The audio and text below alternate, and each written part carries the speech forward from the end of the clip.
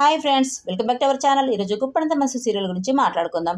ఈరోజు ఎపిసోడ్ చాలా బాగుంటుందండి. ఎందుకంటే రిషి వసుధార డిబిఎస్టీ కాలేజీకి ఎంట్రీ ఇస్తారు. వాళ్ళ ఎంట్రీ మామూలుగా ఉండదండి, చాలా బాగుంటుంది. సో స్కిప్ చేయకుండా చూడండి. ఇప్పుడు వీడియోలోకి వెళ్ళిపోదాం. మినిస్టర్, నేను మీకు కొంతకాలం గడువిచ్చాను. గడువు పూర్తయింది.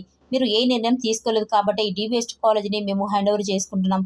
నాకు చాలా బాధగా ఉంది అని అంటాడు. అప్పుడు దేవి అని, సార్, ఈ డిబిఎస్టీ కాలేజీ కోసం మీరు ఎందుకు బాధపడుతున్నారు సార్? ఆ ఎండి పోస్ట్ నా కొడుకు శైలేంద్రకి ఇవ్వండి, మా కాలేజీ మాకే దక్కుతుంది కదా అని అంటుంది. అప్పుడు మినిస్టర్, రిషి కానీ వసుధర కానీ ఎవరో ఒకరు వచ్చి ఎండి పోస్టు శైలేంద్రకు అప్పగించమంటే అప్పగిస్తానని చెప్పాను కదా, అయినా గడువు పూర్తయింది కాబట్టి మీరు అగ్రిమెంట్ పేపర్ల మీద సంతకాలు పెట్టాల్సిందే అని అంటాడు మినిస్టర్.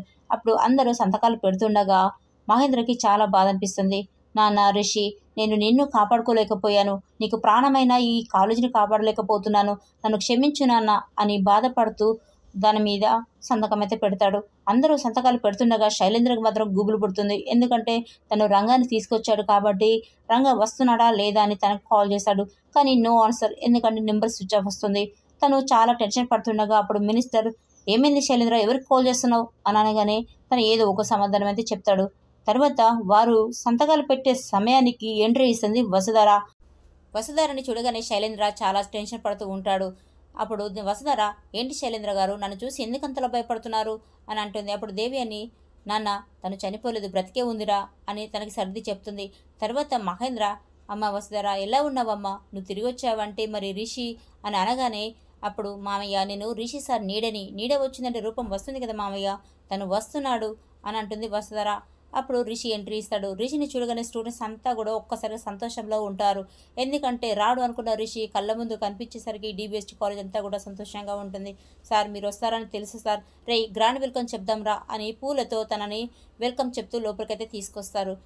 మహేంద్ర రిషి వచ్చాడని తెలిసి ఎంతో సంతోషంతో బయటకు వస్తాడు. రిషి డాడీని చూడగానే డాడ్ అని పిలుస్తాడు. మహేంద్ర, ఎన్నాళ్ళైంది నాన్న నేను చూసి, డాడ్ అనే పిలుపు వినాలని కావచ్చు, నేను ఇంకా బ్రతికుంది అని తనను ఒక హక్ చేసుకుంటాడు.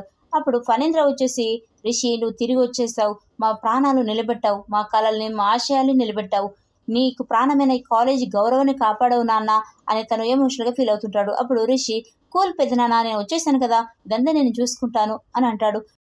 ఎలా ఉన్నావు నాన్న అని అంటుంది దేవి అని. రిషి, బాగున్నాను పెద్దమ్మ అని అంటాడు. అప్పుడు శైలేంద్ర ధరణి కూడా ఇలాగే అడిగితే రిషి సమాధానం అయితే చెప్తాడు. అప్పుడు అందులో ఒక అతను, సార్ మీరు రావడం మహా అద్భుతం సార్, మేము నమ్మలేకపోతున్నాం, కానీ మీ ఎంట్రీ మాత్రం సూపర్గా ఉంది సార్, అదిరిపోయింది అని అంటాడు. అప్పుడు రిషి, ఇందులో నాదేం లేదు, అంతా వసుధర మేడం గారే చేశారు అని అంటాడు.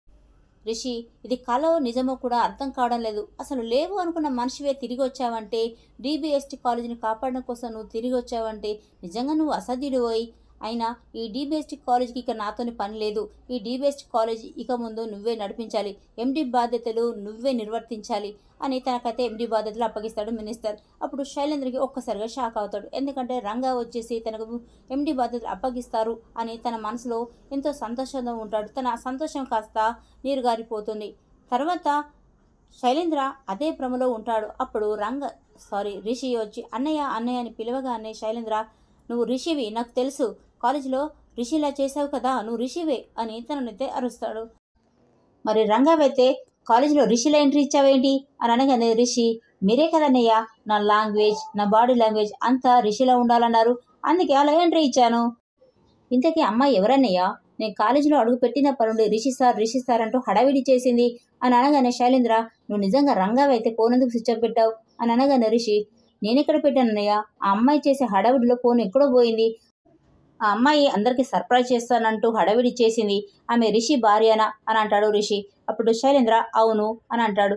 రిషి, మరి మీ ఫ్యామిలీ ఫొటోస్ అందరినీ చూపించినప్పుడు తన ఫోటో ఎప్పుడు చూపించలేదే, తన గురించి కూడా చెప్పలేదే, తన గురించి ముందే తెలిసి ఉంటే నేను తనకి దొరకకుండా ఉండేవాని కదా అని అంటాడు రిషి. అప్పుడు శైలేంద్ర, నీకు ఫొటోస్ చూపించాను కదా, అందులో ఒక ఫోటోకి ఇంటూ మార్క్ ఉంది కదా, ఆ ఫోటో తనదే అని చెప్తాడు. మరి ఎందుకు తన మీద నీకు ఎందుకు ఇంత ద్వేషం అని అనగానే, అది అంతే, తానొకటి తెలిస్తే దైవం ఒకటి తలిచిందన్నట్టు మనం ఒకటి అనుకుంటే అక్కడ ఇంకోటి జరిగింది, అయినా నేను చెప్పినట్టు నువ్వు చేయాలి అని అంటాడు శైలేంద్ర. మరి ఇప్పుడు నన్ను ఏం చేయమంటారు సార్?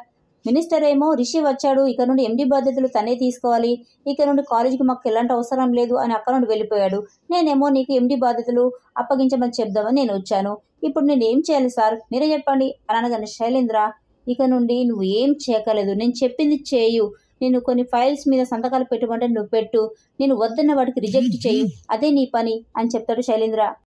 ఓకే సార్, మీరు చెప్పింది నేను చేస్తాను, కాలేజీ వరకు అయితే ఓకే, రిషిలా యాక్ట్ చేయమన్నారు చేస్తాను, కానీ వసుధర మేడంకు భర్తగా చేయమంటే మాత్రం నేను చేయను అని అంటాడు. అప్పుడు శైలేంద్ర, ఎందుకు, ఏమైంది, ఎందుకు చేయవు అని అనగానే, నేను మనసు చంపుకొని నేను చేయను సార్, అదంతే అని అనగానే అంతలోనే అక్కడికి వసుధర అయితే వస్తుంది. ఏమైంది, ఏం మాట్లాడుకుంటున్నారు అని అంటుంది. అంతలోనే ఫణీంద్ర, మహేంద్ర అందరూ అక్కడైతే వస్తారు. అప్పుడు ఫణీంద్ర, రే స్పృహలోకి వచ్చావారా అని అనగానే, వచ్చానంటే ఎందుకలా కళ్ళు తిరిగాయి అని అంటాడు ఫణీంద్ర. అప్పుడు శైలేంద్ర, రిషిని వసుధరను చూడగానే అలా ఎమోషనల్ అయిపోయాను అని అంటాడు. అప్పుడు మహేంద్ర, నాకెప్పుడు కాలేదే అని అయితే అంటే తను ఏదో కవర్ చేస్తాడు. ఏదేమైనా డీబీఎస్ కాలేజ్ వల్ల సొంతం అయిపోయింది, అలాగే వారి ఫ్యామిలీ మెంబర్స్ అందరూ కలిసిపోయారు. మరి ఈ వీడియో మీకు నచ్చినట్లయితే ప్లీజ్ లైక్ అండ్ సబ్స్క్రైబ్ కూడా మర్చిపోవద్దు. Thanks for watching.